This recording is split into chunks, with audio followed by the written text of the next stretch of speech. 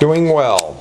So, what's the topic for today? I need to interview someone, so I'm asking you. I need to see, like I know you mainly deal with, well, you teach math as well in English, right? Yes.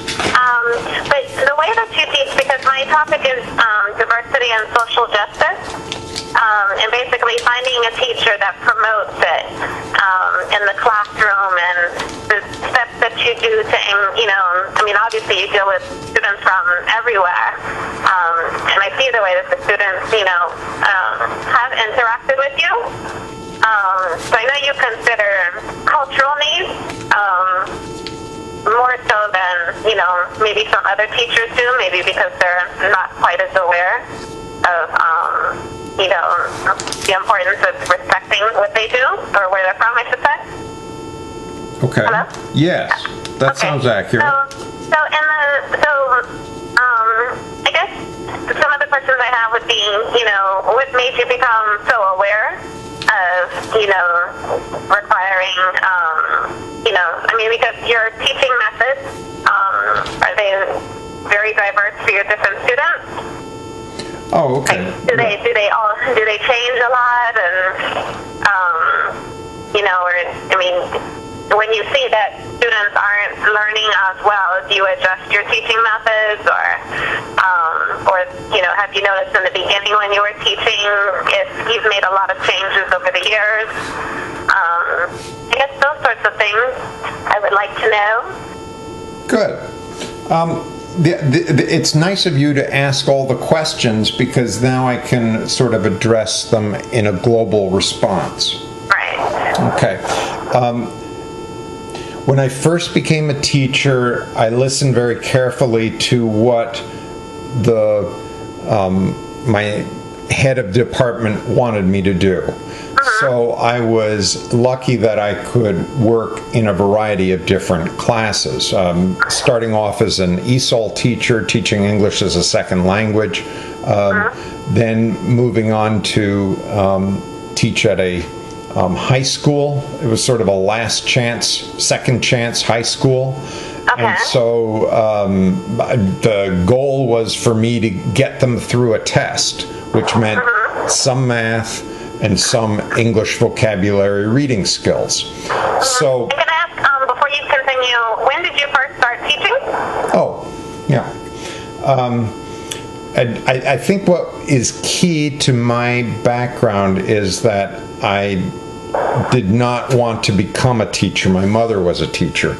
And so I made a concerted effort to try to engage in anything but that.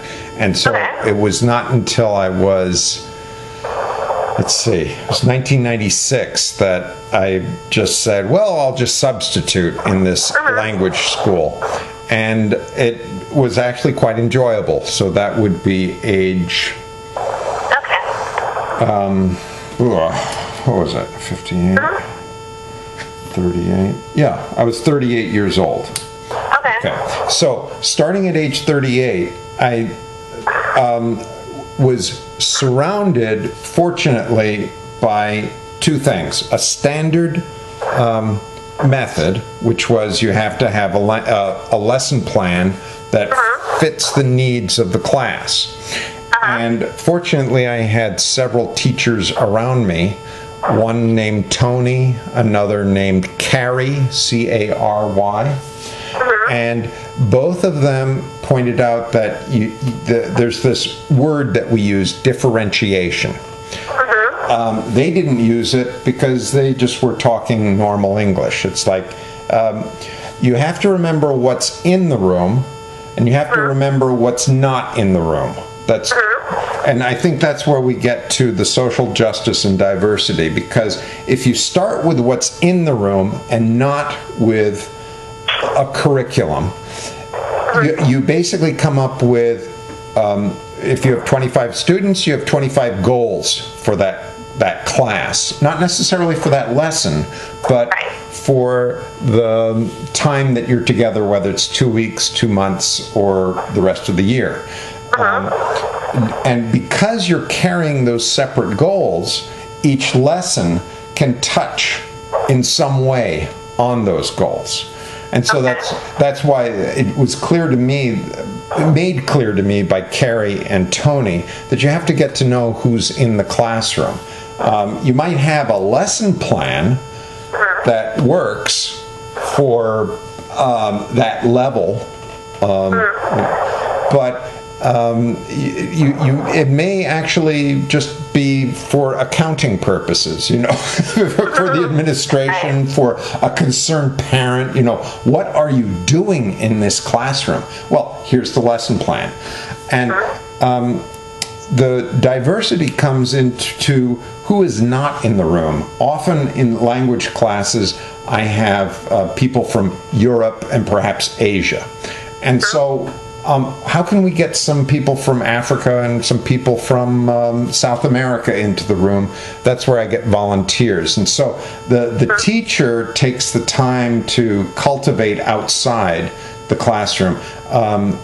When I started out, I would spend, easily 45 minutes to an hour of lesson planning, making sure I had the right photocopies lined up, and then I'd have to line up and wait to make those photocopies.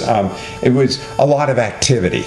And the method that I've cultivated now is that I'm doing my lesson planning on the weekend when I'm standing in line at a store. I'm looking around to find out who's the person that I can bring in. I carry a camera so that I can just say, look, you may not be able to come to my class, but I really like what you were saying to your partner over there,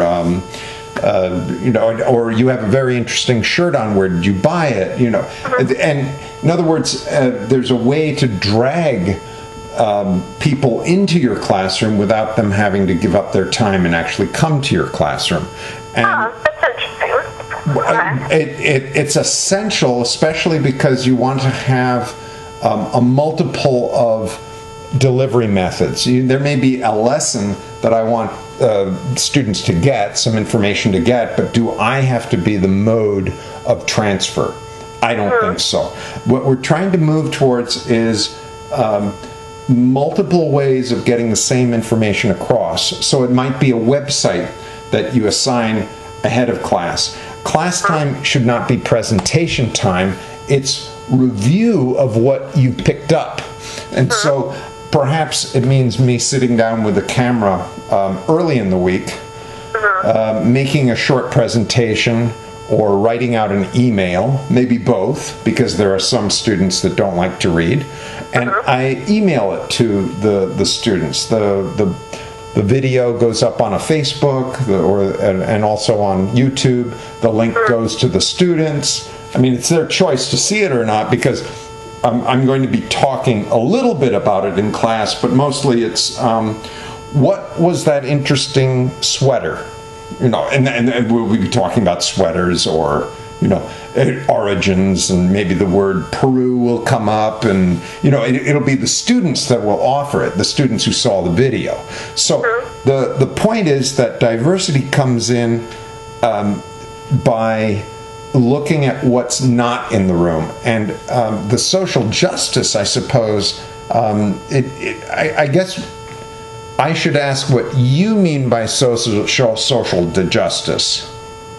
I guess you essentially allow people to give their opinions